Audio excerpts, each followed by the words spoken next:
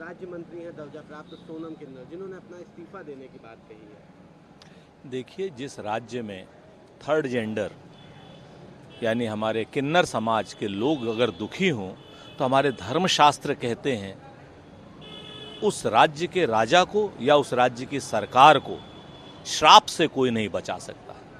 किन्नर समाज को तो हमेशा ही खुश रखना चाहिए, और जिस तरीके से दुखी होकर के उस सोनम किन्नर जी ने इस्तीफा दिया है वो अपने आप में बयान कर रहा है कि इस राज्य में स्त्री पुरुष के साथ साथ किन्नर समाज भी अब दुखी हो गया है।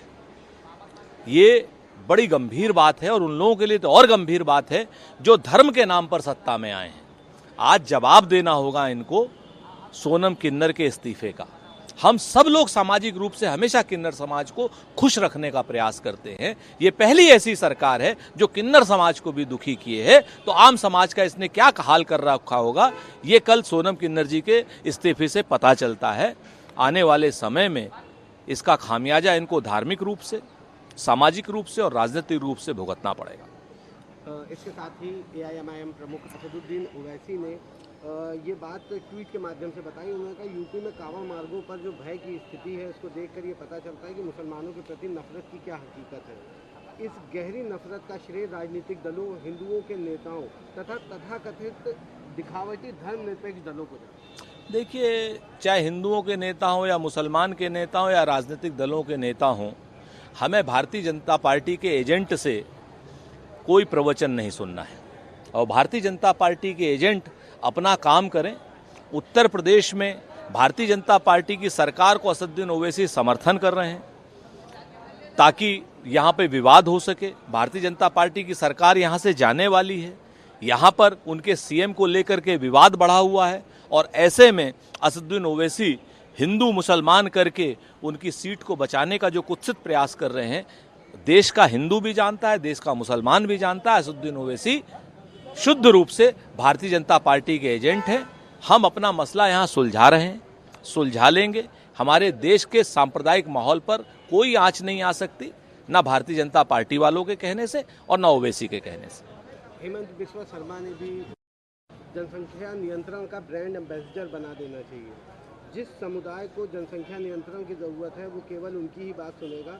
अगर मैं ये बात कहूँगा तो वो नाराज़ हो जाएगा। राहुल गांधी जी को तो हेमंत बिस्वा शर्मा पूरा देश सुनता है, पूरी दुनिया सुनती है। आने वाले समय में आपकी ज़बान पे भी ताला लगेगा।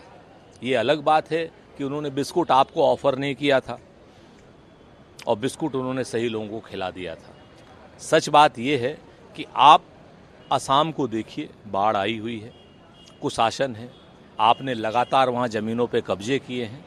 समय आने दीजिए, आपके शासन का, कुशासन का, भ्रष्टाचार का सारा हिसाब लिया जाएगा, और यकीन मानिए देश की एजेंसियां आपको जेल भेजेंगी। इसके साथ ही उत्तर प्रदेश में जिस तरह से उसको लेकर के भारतीय जनता पार्टी के खुद के नेता भी उन पर सवाल उठाने लगे, जिस क्रम में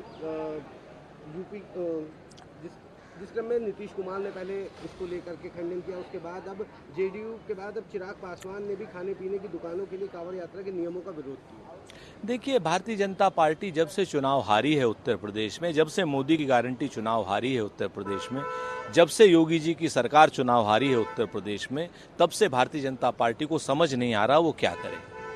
वो बेरोजगारी पर बात नहीं करना चाहती, शुद्ध माहौल को सांप्रदायिक बनाना चाहती है। कांवड़ यात्रियों को हम बचपन से देखते आ रहे हैं, सहारनपुर के रहने वाले हैं, वहाँ पर कांवड़ यात्रियों के लिए छबील और कांवड़ यात्रियों के लिए छांव मुसलमानों के गांव में लगती थी, और मुसलमानों के लड़के उनके पैर दबाते थे और कहते थे साहब हमको भी थोड़ा सा लाभ मिलेगा।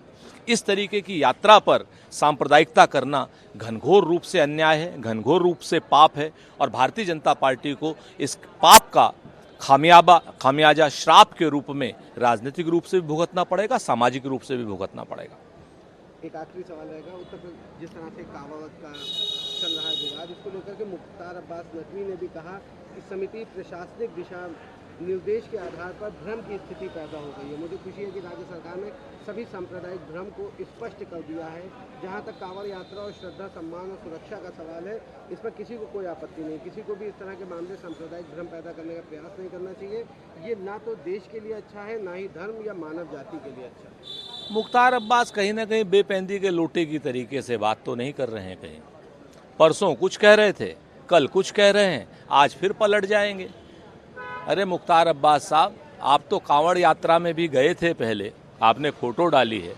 क्या आपने कांवड़ यात्रा में अपने गले में नाम का पट्टा डाला था कि मैं मुख्तार अब्बास नकवी हूं? क्या किसी ने आपको पूछा था? और अब भारतीय जनता पार्टी की सरकार ये कह रही है कि अगर आपको सामान बेचना है तो अपने गले में पट्टा डालिए।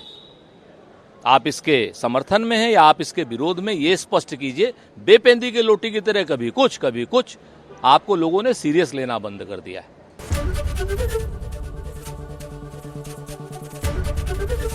एबीपी गंगा, खबर आपकी, जुबान आपकी।